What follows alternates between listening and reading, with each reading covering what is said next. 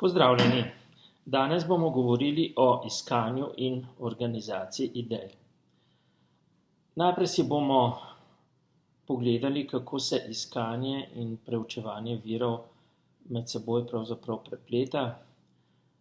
Potem kreativne strategije, da najdemo čim bolj učinkovite in dobre rešitve, ter nazadnje še, kako lahko ves ta proces in rezultate tega procesa vizualiziramo z raznimi seznami in miselnimi vzorci. Najprej se spet soočimo s tem, katere so glavne vrste virov. Diplome naše fakultete najdemo na repozitoriju eprinc.free. Kaj naši potencialni mentorji objavljajo, je najbolj razvidno na portalu Cobiss. Kateri so ti članki, se pravi iskanje člankov teh istih mentorjev, lahko najbolj učinkovito naredimo na Google učenjaku. Tudi razna druga programska orodja, metode, podatkovne zbirke in tako naprej iščemo na internetu. Seveda so pa zelo dragoceni nasveti in usmeritve mentorjev, njihovih asistentov in mladih raziskovalcev, ki se nahajajo v laboratoriju, v katerem naš mentor deluje. Nenazadnje lahko za nasvete prosimo tudi preko akademskih socialnih omrežij. Kako poteka preučevanje virov? Članke, ki jih identificiramo kot možne vire znanja, bomo najprej grobo pregledali, potem naredili neko pregledno branje, recimo, da preberemo povzetek, prelistamo članek, pogledamo ilustracije, preberemo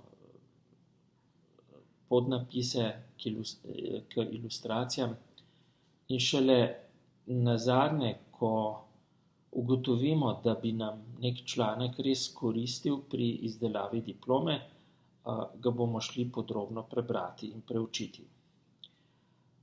Iskanje in preučevanje virov se pravzaprav med seboj prepleta. Ko odkrijemo nek ključen članek, iščemo nazaj v času tako, da preučimo njegov seznam literature in iz tega seznama potem identificiramo recimo še neke druge članke, ki jih potem poiščemo. S pomočjo Google učenjaka pa lahko pogledamo tudi naprej v času, namreč ko identificiramo nek pomemben članek, lahko na Google učenjaku pogledamo, kdo vse je že citiral preučevani članek. Pomembno je tudi to, da si delamo izpiske.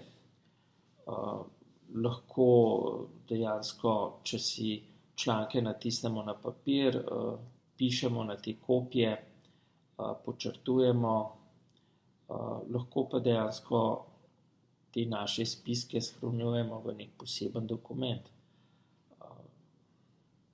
Ideje v zvezi z našo diplomo lahko organiziramo, bodisi v neke miselne vzorce, sezname ali pa neke bolj uradne dokumente, kot je recimo dispozicija. Zelo pomembni so seveda razgovori z mentorjem. Na te razgovore se je potrebno pripraviti, tako da nam je že vnaprej jasno vsa možna vprašanja, ki jih želimo razčistiti z našim mentorjem. Kakšne so splošne kreativne strategije, ki nam pomagajo pri izdelavi diplomskega dela?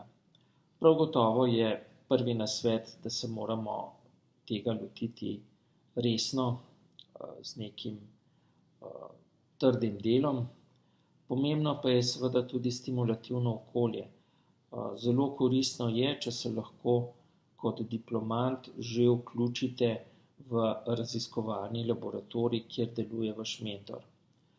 Potem so zanimive tudi razne strategije, kot so relaksacija, sanjarjenje, viharjenje možganov kot neka diskusija v nekem ožjem krogu.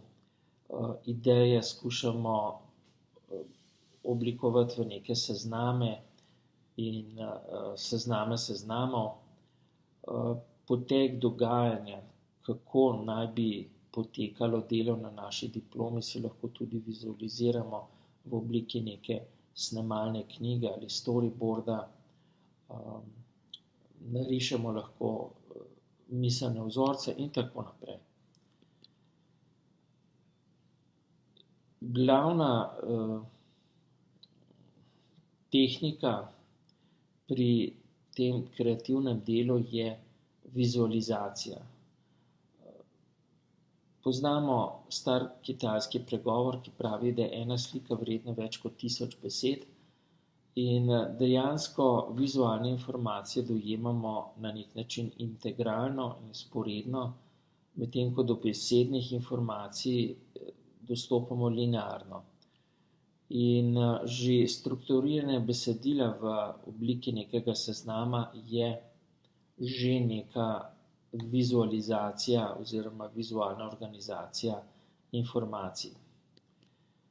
Seznami so dejansko eden od najbolj preprostih, a kljub temu močnih orodij za organiziranje naših idej.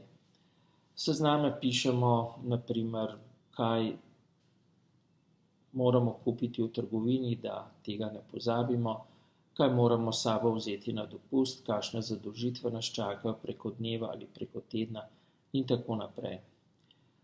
Ti seznami pogosto že napeljujejo tudi na vrstni red nekih akcij, v smislu, kaj moramo narediti prej, kaj kasneje in tako naprej. Za bolj podrobno razčlenitev idej ali akcij pa lahko uporabljamo potem seznam seznamov ali metaseznam. Ena taka oblika je recimo predlog kazala načrtovanja diplomske naloge. Kaj so miselni vzorci? Miselni vzorec je diagram, ki prikazuje povezave med posameznimi informacijami na nelinearen način. Začnemo z neko osrednjo besedo ali kratko frazo. Nato pomislimo, na katere druge ideje ali besede nam ta osrednja ideja porodi, in te ideje potem zapišemo nekoliko bolj na stran ter jih povežemo s črto. Nato se spet vrnemo k izhodiščni besedi in pomislimo, katere druge ideje nam še porodi oziroma kakšne, recimo, podprobleme moramo rešiti v zvezi s to osrednjo mislijo. To besedo zopet zapišemo v drugo smer od izhodišča in jih povežemo z prvo besedo. No, ko izčrpamo nekako to osrednjo misel, nato gremo po vrsti do teh sekundarnih besed in nekako rekurzivno ponovimo celoten postopek.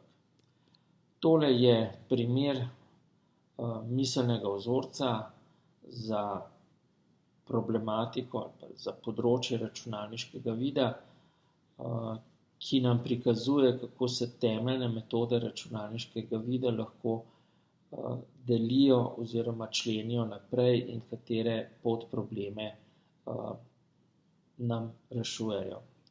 In na podoben način lahko analiziramo poljubne probleme oziroma naloge, ki jih imamo pred seboj. Hvala lepa.